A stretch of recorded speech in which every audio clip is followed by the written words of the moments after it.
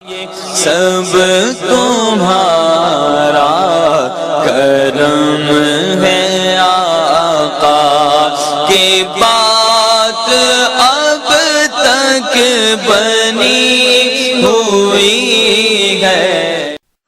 اعوذ باللہ من الشیطان الرجیم، بسم اللہ الرحمن الرحیم۔ السلام علیکم ورحمۃ اللہ وبرکاتہ۔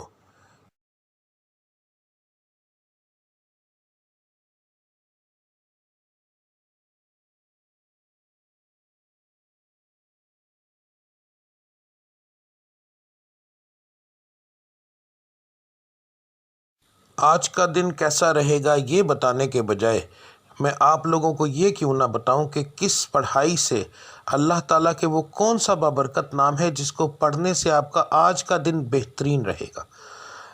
بات کو غور سے سن لیجئے، سمجھ لیجئے۔ ہر سٹار کی جیسے پڑھائی مختلف ہوتی ہے، اسی طرح مہینے کے حساب سے، اسی طرح دن کے حساب سے بھی علیحدہ علیحدہ ہوتی ہے۔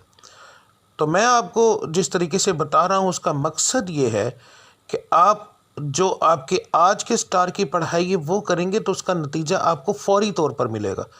یعنی کہ اس کا یہ پڑھائی تو ایک دن آپ نے کرنی ہے مگر اس کا نتیجہ فوری طور پر ملتا ہے۔ دوسرا، اللہ تعالیٰ کی ذات کو روزانہ اپنے حساب سے یاد کرنا، بار بار علیحدہ علیحدہ ناموں سے یاد کرنا، تو وہ ایک بڑا بابرکت چیز ہے، بڑا بابرکت کام ہے۔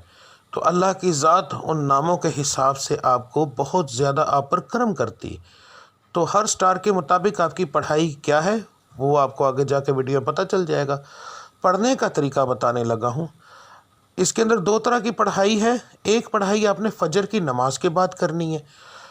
اگر ایک مثال ہے، میں نے یہ بتایا ہے کہ یا اللہ آپ نے پڑھنا ہے تو صرف میں نے اتنا لکھا ہے یا اللہ، اس کے آگے تعداد نہیں لکھی کیونکہ یہ دونوں پڑھائیاں لا تعداد ہوں گی۔